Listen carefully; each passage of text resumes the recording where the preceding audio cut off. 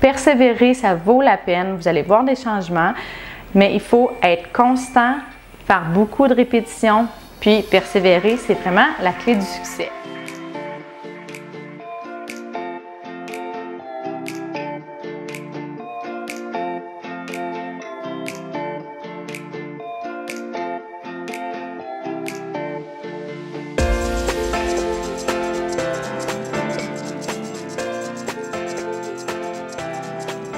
Bonjour, bienvenue sur NeuroGym en ligne. J'espère que vous allez bien, j'espère que vous êtes en pleine forme. Pour ceux qui sont nouveaux parmi nous, eh bien, bienvenue. Et je vais prendre le temps de me présenter. Je m'appelle Cindy Gauthier, je suis physiothérapeute spécialisée en neurologie. Et sur NeuroGym en ligne, vous allez trouver plein de vidéos pour faire de l'exercice, mais aussi pour atteindre vos objectifs en réadaptation, vous donner des trucs pour gérer également les situations, les choses qui viennent avec une condition neurologique comme la spasticité. Puis aujourd'hui, dans la capsule, on va parler des synergies de mouvement au niveau des jambes. Donc, quand on a un manque de contrôle moteur, quand on a de la spasticité, nos muscles ne réagissent pas de façon normale, donc, ou de façon volontaire tout le temps. Il y a des mouvements qui sont involontaires, puis qu'on ne contrôle pas, qui vont faire qu'on a l'impression que notre jambe est très raide ou même que c'est comme si on avait une jambe de bois qui était très, très dure, puis toute droite. Donc, je vais vous montrer comment, puis je vais vous montrer comment on peut faire pour travailler le contrôle moteur, briser ces synergies-là et isoler certains mouvements pour reprendre le contrôle de votre jambe. Donc, restez avec moi, on en parle tout de suite. Mais avant qu'on rentre dans le vif du sujet, je vous invite à faire un pouce sur la vidéo et je vous invite également à vous abonner à notre chaîne YouTube en vous cliquant sur le bouton s'abonner. Vous allez faire partie de notre belle communauté. Vous allez voir, on envoie aussi on publie plein d'informations de tout genre. Donc, je vous invite à faire partie de notre belle communauté en cliquant sur s'abonner. Et bien sûr, ça nous fait toujours plaisir d'avoir de vos nouvelles, de vos questions, vos commentaires. Et donc, vous pouvez nous écrire en commentaire, nous donner vos bons coups de la semaine. Ça nous fait vraiment, vraiment plaisir de vous lire. Sur ce, on se retrouve dans un instant. Excellent. Donc là, je suis beaucoup plus loin parce que je veux vous montrer, premièrement, qu'est-ce qui se passe au niveau de la jambe. Donc, dans la majorité des cas, ce qu'on va avoir, en fait, c'est des synergies ou des patrons de mouvement involontaires, spastiques, qui vont être en extension. Donc, ce qu'on va voir, c'est vraiment l'extension, le genou qui va être très raide, qui va avoir de la difficulté à plier. La jambe va souvent rentrer vers l'intérieur comme ça, on appelle ça de l'adduction. Et dans certains cas, la jambe va pointer le pied va pointer vers le bas et rentrer vers l'intérieur. Quand on veut travailler notre contrôle moteur, c'est beaucoup plus facile de travailler au niveau, quand on dit proximal, près du tronc. Donc, les articulations qui sont plus près, hanches et genoux, c'est plus facile à travailler. Donc, si vous avez beaucoup de synergie de mouvement, beaucoup de spasticité, pour l'instant, on va laisser tomber la cheville. Dans la majorité des cas, les gens doivent porter une orthèse pour être sûr de pas que la cheville ne tourne pas, qu'il n'y ait pas de foulure, qu'il n'y ait pas de blessure. Donc, on ne la travaillera pas tout de suite, mais si jamais ce n'est pas votre cas, puis que vous avez un bon contrôle de votre hanche et que vous avez un bon contrôle de votre genou, vous n'avez pas beaucoup de synergie, puis il reste juste des mouvements involontaires au niveau de la cheville. À ce moment-là, je vous invite à regarder les vidéos que j'ai faites sur le pied tombant parce qu'une des causes du pied tombant, c'est la spasticité qui fait qui fait de la flexion plantaire. C'est pas à ce moment-là un vrai pied tombant, c'est juste qu'il pointe au lieu de relever dû à une synergie de mouvement spastique. Donc, à ce moment-là, c'est ça. Vous pouvez faire des exercices vraiment spécifiques pour la cheville. Mais pour la capsule d'aujourd'hui, on va se concentrer au niveau de la jambe et on va essayer de briser les chaînes puis d'isoler chacun des mouvements. Donc, quand on marche puis qu'on a beaucoup de spasticité, la jambe va être très raide et ça va être aussi beaucoup plus difficile de faire de la flexion de hanche parce que les extenseurs, donc les fessiers, vont être beaucoup plus raides également. Ils vont contracter alors qu'on veut plier le genou comme ça. Fait que la première chose qu'on va faire, c'est vraiment travailler la flexion de hanche avec juste comme ça. Puis, une chose qu'on va faire souvent, vous allez voir, votre genou va rester droit. Ce qu'on veut faire, c'est le plus possible travailler en dehors de notre synergie. Mais dans certains cas, puis vous allez le voir, si c'est vraiment trop difficile, donc ce qu'on voudrait, c'est d'être capable de plier, faire une triple flexion comme ça. Donc, plier la hanche, le genou et idéalement la cheville. Si c'est vraiment très, très difficile, on va se concentrer sur une composante à la fois. Pour la neuroplasticité, c'est très important. Si c'est trop difficile, on ne pourra pas apprendre une nouvelle tâche. Donc, on va essayer, mais si c'est trop difficile, on va réduire nos attentes pour l'instant. On ne dit pas qu'on n'ira pas plus loin, aller ajouter une autre composante, mais pour l'instant, on va juste faire la flexion de la hanche. Donc, on va le faire debout. Assurez-vous de bien vous tenir sur votre aide technique ou vous pourriez le faire aussi assis, mais quand on fait nos synergies de mouvement comme ça, là, ils vont apparaître quand on est dans une situation qui est difficile, quand on fait un effort et que c'est difficile. Fait que ça apparaît beaucoup quand on est debout. Quand on est assis ou couché, souvent, ça va être très, très facile de gérer les mouvements. Moi, je le vois beaucoup avec mes patients, qu'on peut faire une vraiment belle flexion isolée, soit assis ou couché. Couché, c'est plus facile, même, puis après ça, assis, ça peut être un petit peu plus difficile, mais alors que debout, la jambe devient très, très, très raide parce que c'est plus difficile, il faut gérer son équilibre, il y a aussi une partie de peur chez certaines personnes. Donc, si pour vous, vous faites, tu sais que c'est vraiment plus debout que vous avez de la difficulté, faites les exercices debout. Par contre, si c'est vraiment trop difficile de les faire debout, on va les faire assis. Donc, c'est le même mouvement, c'est la même chose, mais assis, il va juste avoir un petit peu moins d'amplitude. Donc, la première chose qu'on va faire, c'est vraiment juste la flexion. On va faire 30 secondes. Donc, on fait une flexion de hanche comme ça. Ce qu'on veut faire, c'est vraiment que ça tourne dans notre hanche. On est parti pour 30 secondes. On veut lever le genou, puis idéalement à 90 degrés. Parce que quand on marche, on veut marcher comme ça. Mais là, on va exagérer le mouvement. On s'entend qu'on ne travaille pas, on ne lève pas jusqu'à 90 degrés là, quand on marche, mais on va exagérer. Puis on essaye de garder le genou plié. Parfait, on va prendre une pause. Et là, pendant qu'on prend une pause, notre cerveau, là, il travaille, puis il fait l'analyse de ce qu'on vient de faire. Puis il fait l'analyse des erreurs qui a pu arriver pendant qu'on faisait de l'effort pour vraiment pouvoir corriger, puis ensuite faire un meilleur mouvement. Là, ça se fait de façon inconsciente. C'est pour ça qu'il faut donner un temps de repos à notre corps, à notre cerveau. On y va pour une deuxième série. Donc, on veut, comme je le répète, on veut faire une flexion de hanche, on veut lever notre jambe. Idéalement, on veut que notre genou, notre pied reste vers le sol et non pas comme ça. Ça va être difficile pour certains. Puis des fois, il n'y aura pas beaucoup de mouvement, hein? Ça va être juste ça, mais c'est correct. Vous n'êtes pas obligé d'aller aussi loin que moi.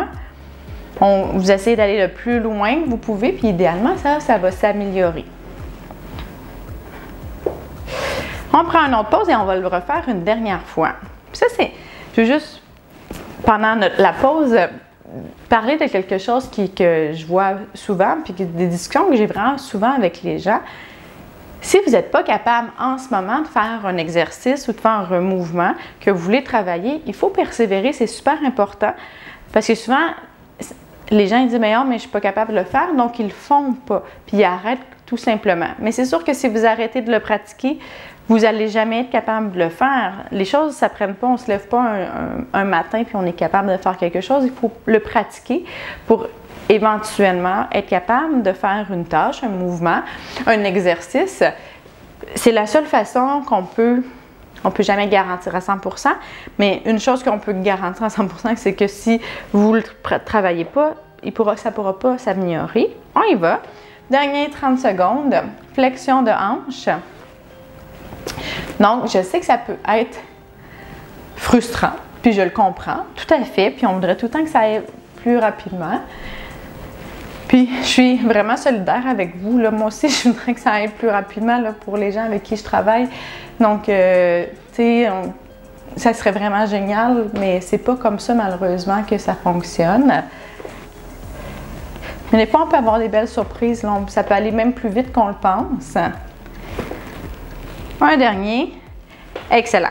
Super. Maintenant, l'autre chose, c'est qu'on va travailler la flexion du genou isolé. Donc, on va se mettre debout. Vous pouvez le faire assis également. Si vous êtes assis, on va étendre le genou et on va plier le genou comme ça. Puis, on va le faire toute seule. Donc, sans qu'il y ait d'autres compensations. Sinon, moi, je vais le faire debout et on lève comme ça, le plus haut possible. Là, on ne voit pas tous mes pieds, là, mais si vous n'êtes pas obligé de lever aussi haut que ça, c'est très haut quand même, ça.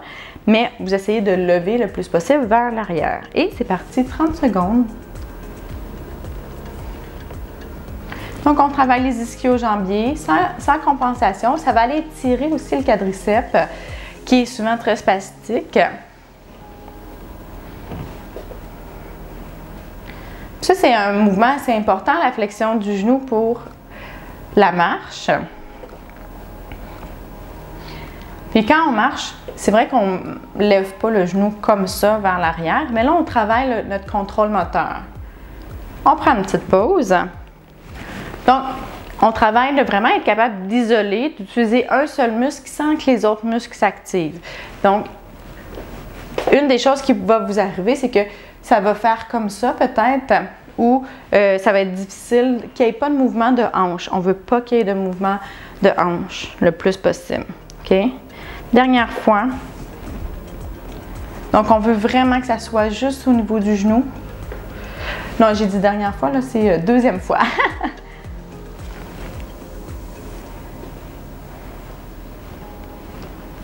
Donc, on ne lâche pas. Flexion. On se concentre. Essayez aussi d'aller le plus loin possible dans votre mouvement. OK? Fait que des fois, vous allez avoir de la difficulté. Essayez de continuer encore un petit peu pour être capable d'aller plus haut. Excellent. Donc, on laisse un autre petit repos. Et on y va. Dernière fois pour vrai. Allez.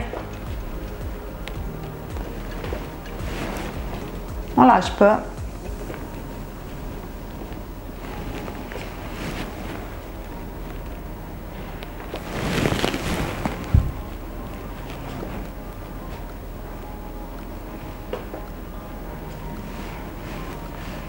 Ça va bien. Quelques secondes encore.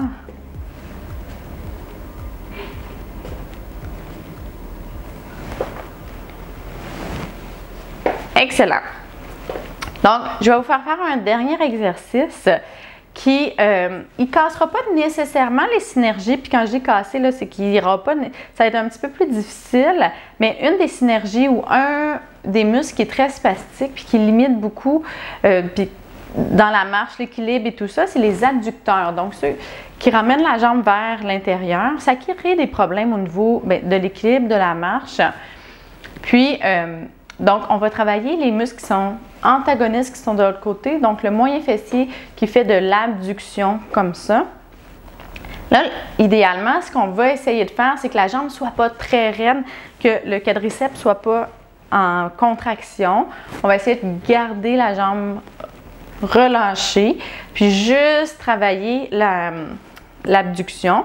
Puis une des choses qui va rentrer un petit peu dans la synergie ou dans les compensations, c'est que quand les gens vont essayer de faire une flexion de la hanche ou qu'ils vont marcher, ils vont utiliser beaucoup le tronc et faire de la circumduction comme ça.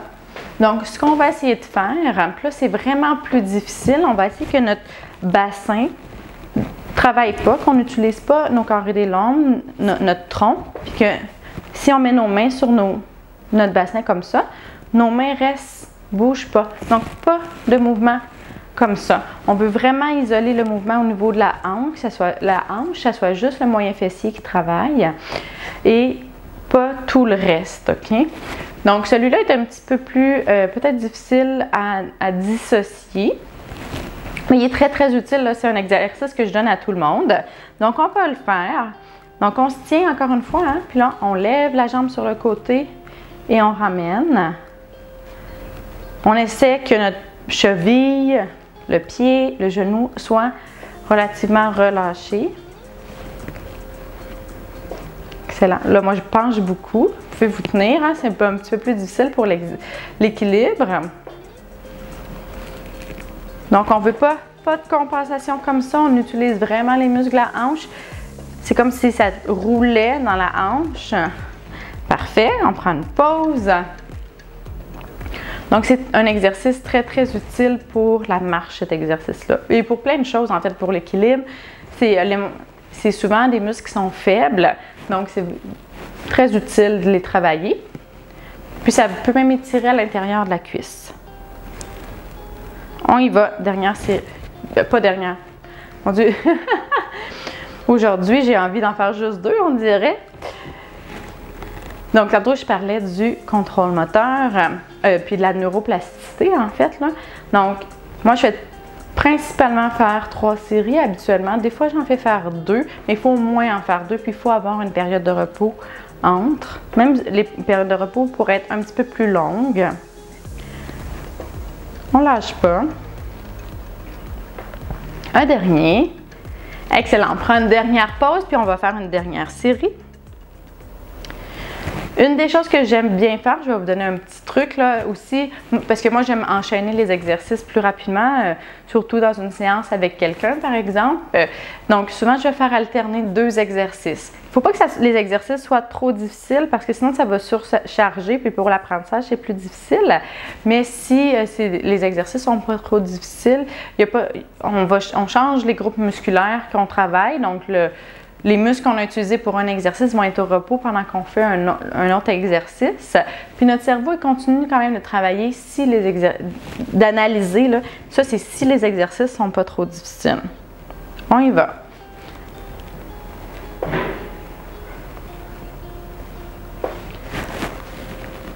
Parce que comme je l'ai dit aussi, quand c'est trop difficile, trop exigeant, là, si mettons on essaie de mettre plusieurs composantes en même temps, à ce moment-là, ce qui va arriver, c'est que là, on ne pourra pas apprendre.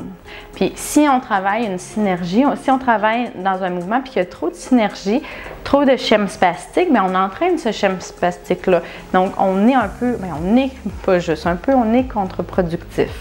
Donc, c'est pas ce qu'on veut, hein? Donc, à ce moment-là, des fois, il faut prendre le temps, réduire l'intensité ou la difficulté de l'exercice pour vraiment pouvoir progresser. Ça, c'est très important à garder en tête, là, parce que, comme je l'ai dit, des fois, ça peut être un petit peu frustrant, mais ça fait partie de la vie.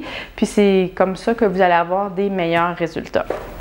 Excellent, j'espère que vous avez aimé la capsule, la vidéo d'aujourd'hui, donc pour les synergies de mouvement au niveau des jambes. Bien sûr, je vais faire d'autres vidéos pour d'autres exercices. Il y a plein de façons de faire pour travailler et dissocier les mouvements. Puis si vous voulez, il y a déjà plein de vidéos sur notre chaîne YouTube. Vous pouvez également, comme je l'ai dit en introduction, regarder les vidéos pour le pied tombant, les travailler puis isoler la cheville directement. Après, là, également, là, si aujourd'hui, ça a bien été avec les exercices que j'ai faits, puis vous avez quand même un bon contrôle au niveau de la cheville, vous pouvez combiner. Donc, combiner les mouvements, faire un beau mouvement au niveau de la hanche, un beau mouvement au niveau du genou et de la cheville qui sont bien contrôlés et qui sont isolés, donc qui ne travaillent pas. Si vous bougez votre genou d'une certaine façon, qu'il n'y a pas de mouvement qui se crée au niveau de la hanche ou au niveau de la cheville, que vraiment vous puissiez faire des mouvements dans les différentes articulations en même temps qui ne s'influencent pas, si on peut dire. Donc, si vous comprenez ce que je veux dire, là, si vous avez des schèmes spastiques, là, vous savez très bien de quoi je parle. Donc, on essaie de combiner ça et d'être capable de faire des mouvements librement dans chacune de nos articulations. Ça prend du temps. Persévérer, ça vaut la peine. Vous allez voir des changements, mais il faut être constant, faire beaucoup de répétitions, puis persévérer, c'est vraiment la clé du succès. Puis on est avec vous à NeuroGym en ligne pour vous accompagner, vous donner des idées d'exercices, vous faire bouger. Donc, vous avez plein de ressources, plein de vidéos pour faire des exercices différents. Puis vous pouvez nous écrire également vos besoins, vos commentaires. Ça nous fait vraiment plaisir de vous lire et de faire des vidéos qui répondent à vos besoins. Mais sur ce, je vous dis un grand merci de nous suivre et de faire les exercices avec moi. Je vous souhaite une excellente journée. J'ai hâte de vous revoir dans une prochaine vidéo. À bientôt! Au revoir!